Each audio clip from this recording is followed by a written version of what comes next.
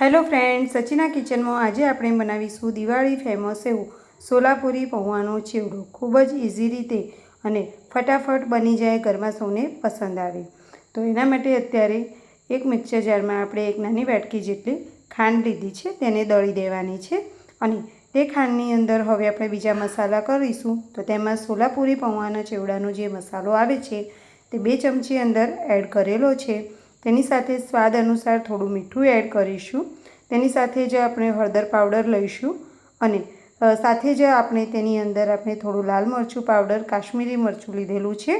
તેની સાથે ધાણા જીરું પાવડર લઈશું, વરિયાળી એડ કરીશું અને આમચૂર પાવડર લઈશું, ચાટ મસાલો અંદર એડ કરીશું। સાથે જ આપણે એકદમ ખટમીઠો એવો ટેસ્ટ લાવવા માટે તેમાં સંચળ પાવડર અને આમચૂર પાવડર પણ એડ કરીશું। આ રીતે બધા જ મસાલા કરી મિક્સર જારમાં ફરીથી ક્રશ કરી લઈશું। સરસ એવા બધા મસાલા તૈયાર થઈ ગયેલા છે। તો હવે આપણે આગળની પ્રોસેસ જોઈએ। તો આ સોલાપુરી પૌવા જે આવે છે તેને કોઈ જાડા પૌવા, મોટા પૌવા, ફૂલેલા પૌવા આવા બધા નામથી બધા ઓળખે છે, હાજી પૌવા। તો હવે તે એક કડાઈમાં તેલ લેવાનું છે અને તેમાં સિંગદાણાને તળી લઈશું। આ રીતે સિંગદાણા તળાઈ જાય ત્યારબાદ તેની અંદર હવે આપણે મીઠા લીમડાના પાન અને લીલા મરચાં છે તેને પણ આપણે સાંતળી દઈશું। તો આ રીતે સરસ એવો ટેસ્ટી પૌવાનો ચેવડો બની અને તૈયાર થશે।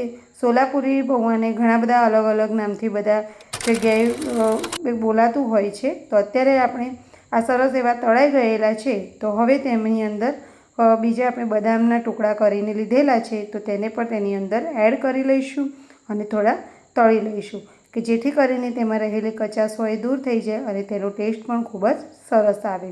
તો આ રીતે અંદર બદામ તળાઈ જાય ત્યારબાદ આપણે તેને તેલમાંથી લઈ લઈશું અને જે આપણે પૌવા છે જેનો ચેવડો આપણે બનાવવાનો છે તે પૌવાને ચાળી અને સાફ કરીને તૈયાર રાખેલા હતા।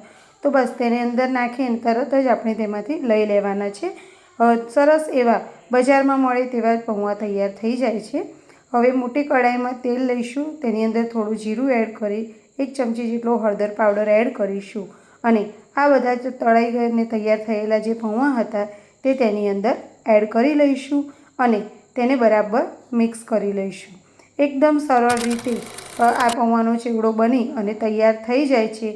સ્વાદમાં પણ ખૂબ જ સરસ લાગે છે। દિવાળી જેવા તહેવારોમાં તમે 15થી 20 દિવસ સુધી સ્ટોર કરીને પણ રાખી શકો છો અને બાળકોને લંચ બોક્સમાં પણ તમે આપી શકો છો અને કોઈ મહેમાન આવે કે સવારના નાસ્તામાં પણ તમે તેને લઈ શકો છો। આ રીતે પૌવાના ચેવડાની અંદર હવે જે આપણે મસાલો તૈયાર કરીને રાખ્યો હતો તે મસાલો તેની અંદર આપણે 4 ચમચી જેટલો એડ કરીશું અને આ એડ કર્યા બાદ તેને બરાબર મિક્સ કરી લઈશું। આ રીતે ખૂબ જ ટેસ્ટી અને સરસ એવો પૌવાનો ચેવડો અત્યારે બની અને તૈયાર થઈ રહ્યો છે।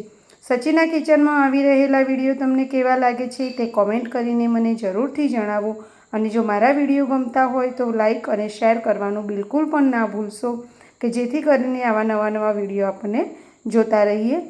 સાથે જ હવે જે આપણે સિંગદાણા, લીલા મરચાં, મીઠા લીમડાના પાન અને બદામને જે આપણે તળીને તૈયાર રાખ્યા હતા તે તેની અંદર એડ કરી લઈશું અને ફરીથી અંદર 2 ચમચી જેટલો જે મસાલો હતો તે પણ તેની અંદર એડ કરી બરાબર મિક્સ કરી લઈશું।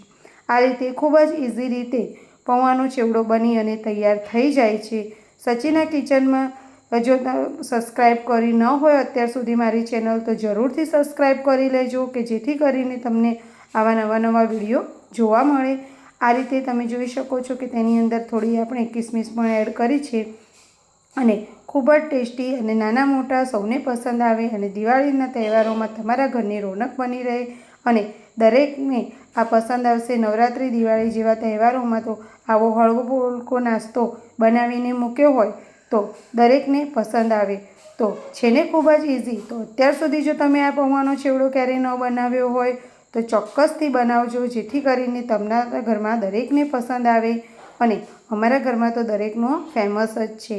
તો આ દિવાળીએ ચોક્કસથી બનાવજો અને કોમેન્ટ કરીને મને જરૂરથી જણાવો કે તમે મારા વિડીયો ક્યાંથી જુઓ છો અને તમને મારા વિડીયો કેવા લાગે છે। આ પૌવાનો ચેવડો બનાવ્યા પછી પણ મને જણાવજો કે તમને આ પૌવાનો ચેવડો કેવો લાગ્યો। ફરીથી મળીશું નવા વિડીયો સાથે. ત્યાં સુધી એન્જોય. Bye bye friend.